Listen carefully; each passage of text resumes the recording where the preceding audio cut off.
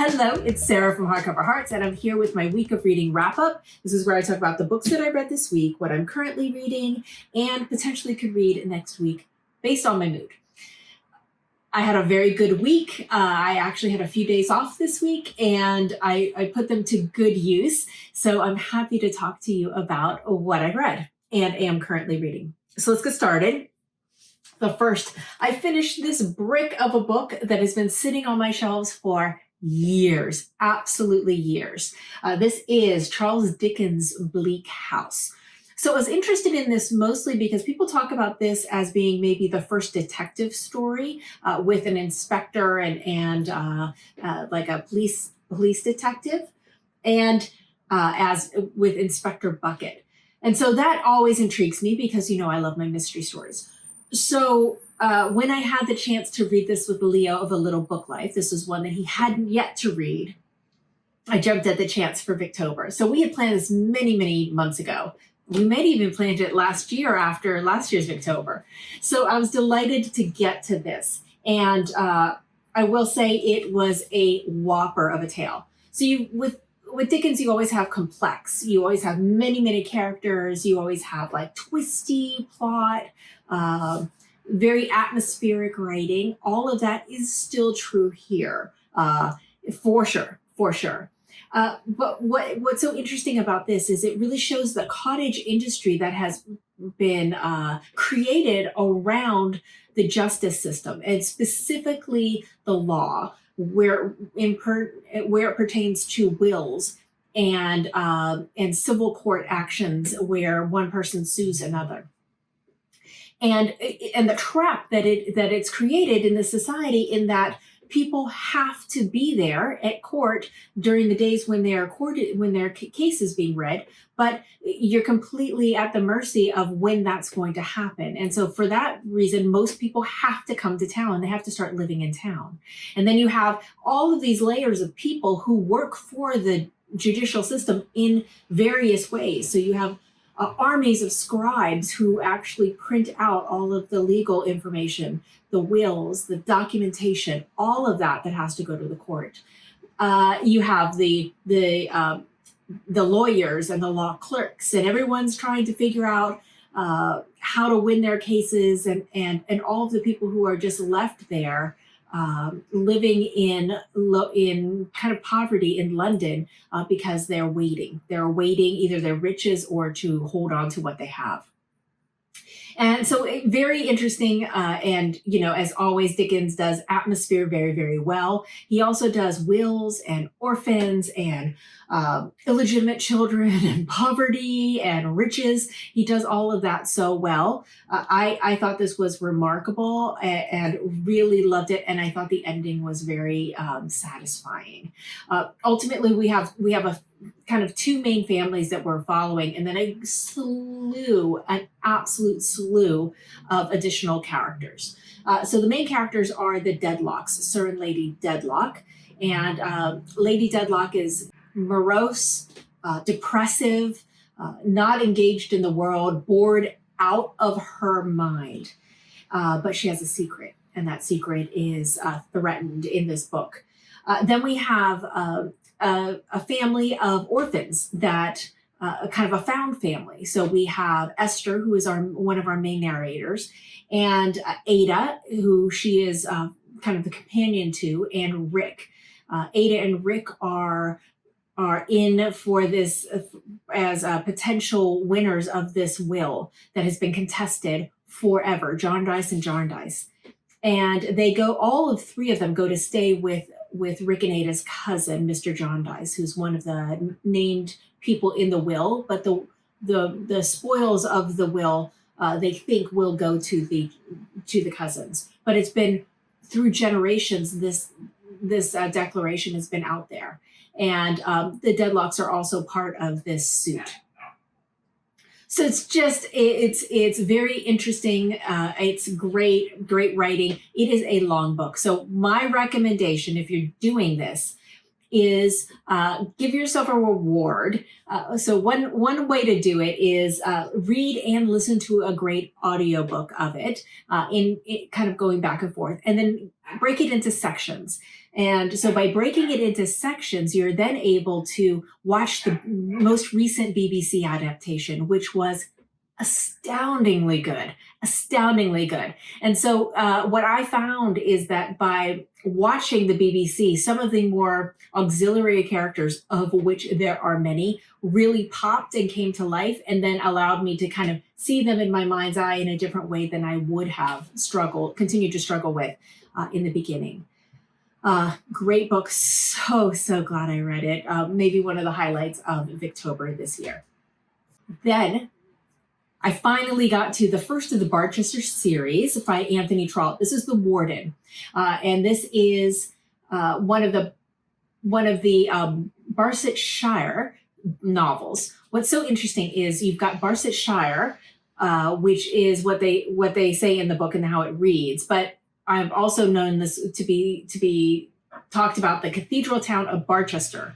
So I hope I am pronouncing it correctly. I did a quick little Google search, but please let me know if I messed it up, please.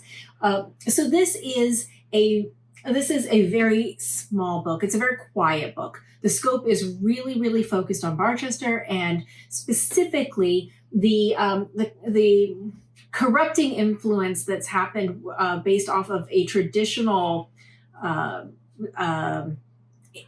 endowment that was made for one purpose that over the years got changed and became something different than was originally intended.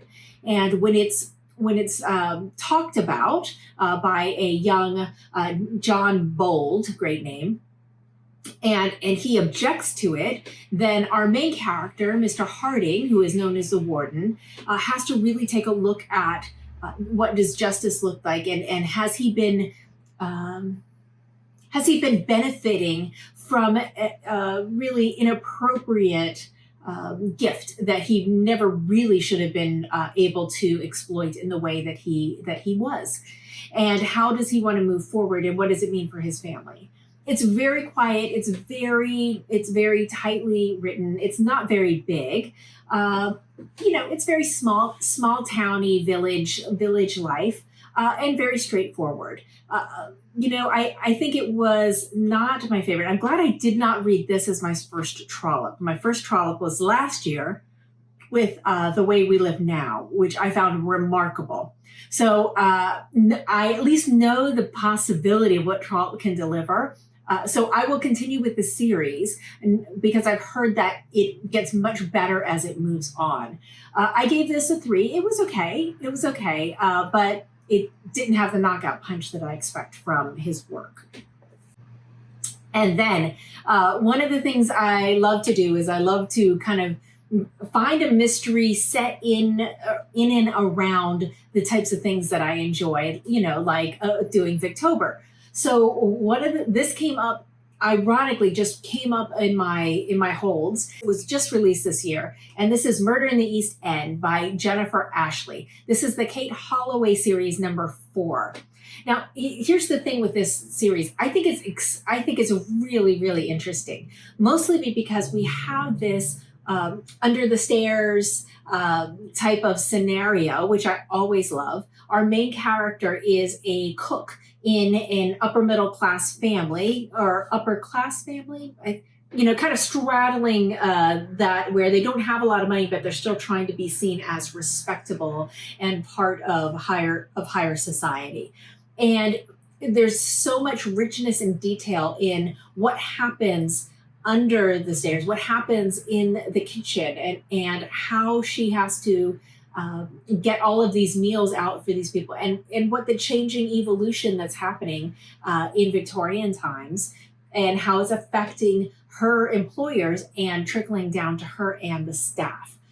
So that's already interesting. I already enjoy that. And then you add a little fun murder mystery to it. And the reason that this is so good is because she, as a cook, has entree to places that most people don't. And so she's able to talk with other cooks. She's able to meet them in markets. She's able to go into their kitchens and and have these conversations to find out what's really happening in some of these homes. So for this one, it takes place in a foundling hospital. So as every great Victober story, they've got to have orphans, right? And in this hospital, there have been some children that have disappeared.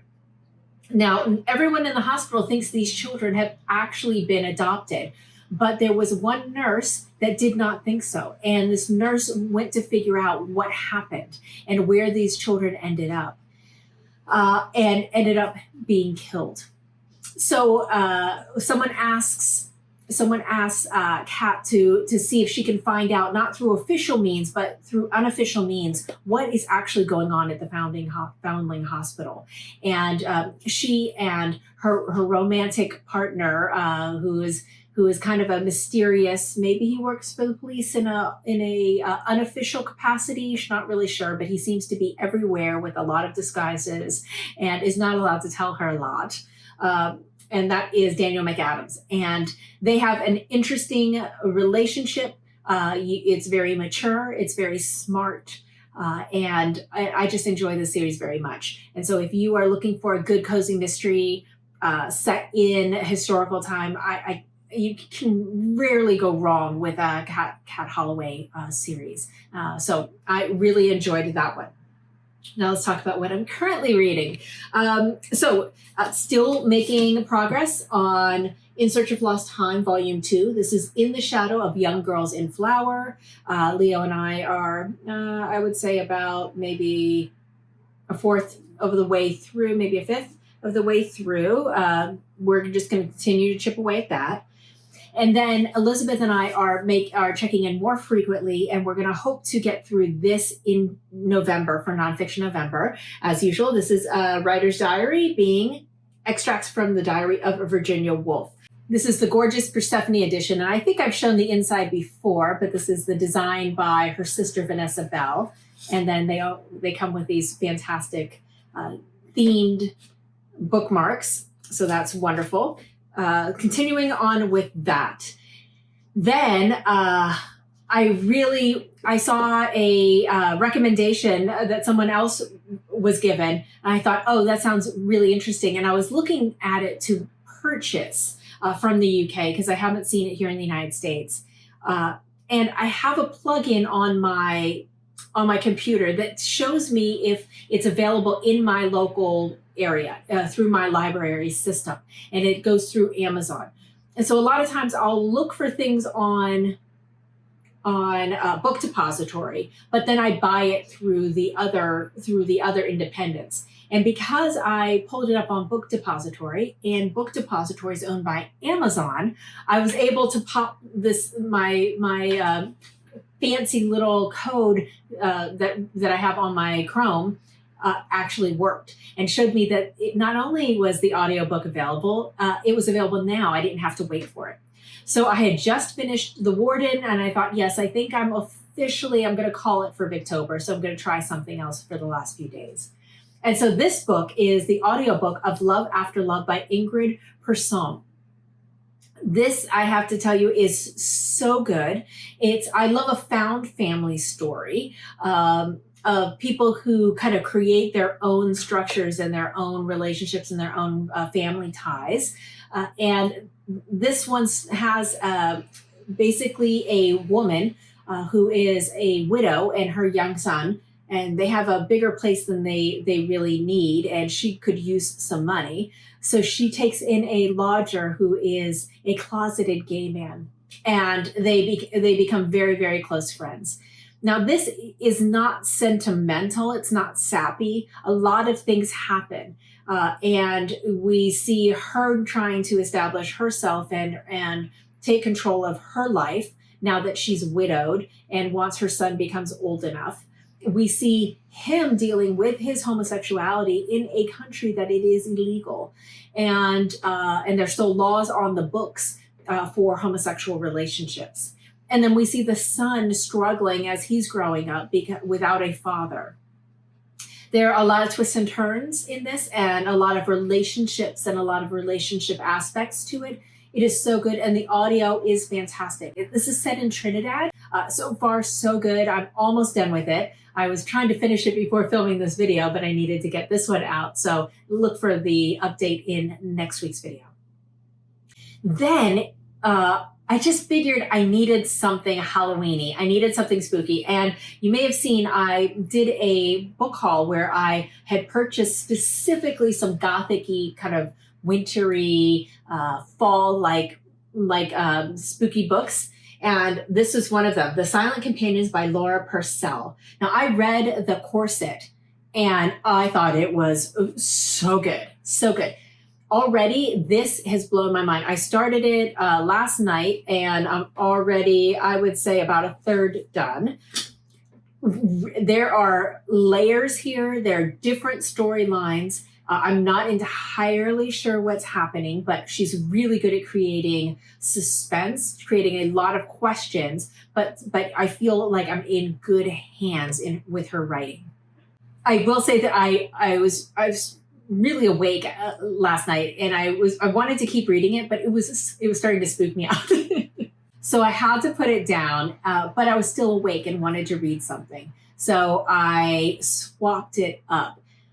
This book is something that I mentioned in my nonfiction November list that I was really interested in, and it's captivated my mind. I keep thinking like, oh, I want to get to it, so I can't wait. You know, why wait for arbitrary dates? This is Ali Smith's Artful.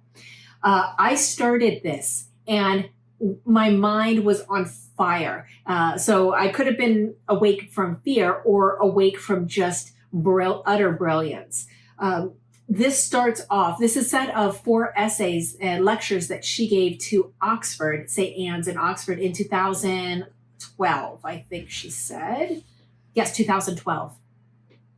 And there's just so much here. She's so brilliant. She's pulling all of these materials to come up with an idea, or to help her express a feeling that she has about time and how time works. And she's specifically talking about, as it opens, the loss of her partner of over 20 years, and then pulling on these different pieces of art, poetry, different quotes from different authors, paintings, music. She's just phenomenal. So excited to read more of this.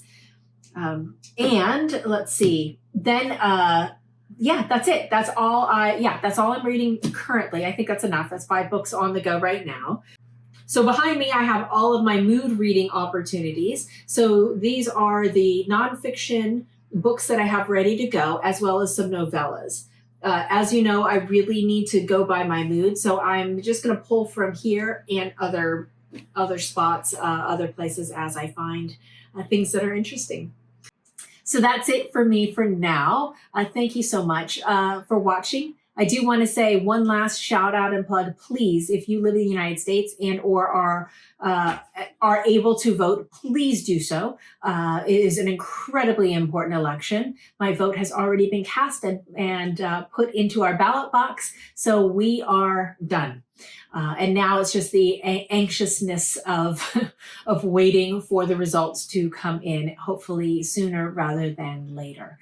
So sending everyone out there peace and tranquility. Let's try to hold it together through this time, and I'll look forward to seeing you soon.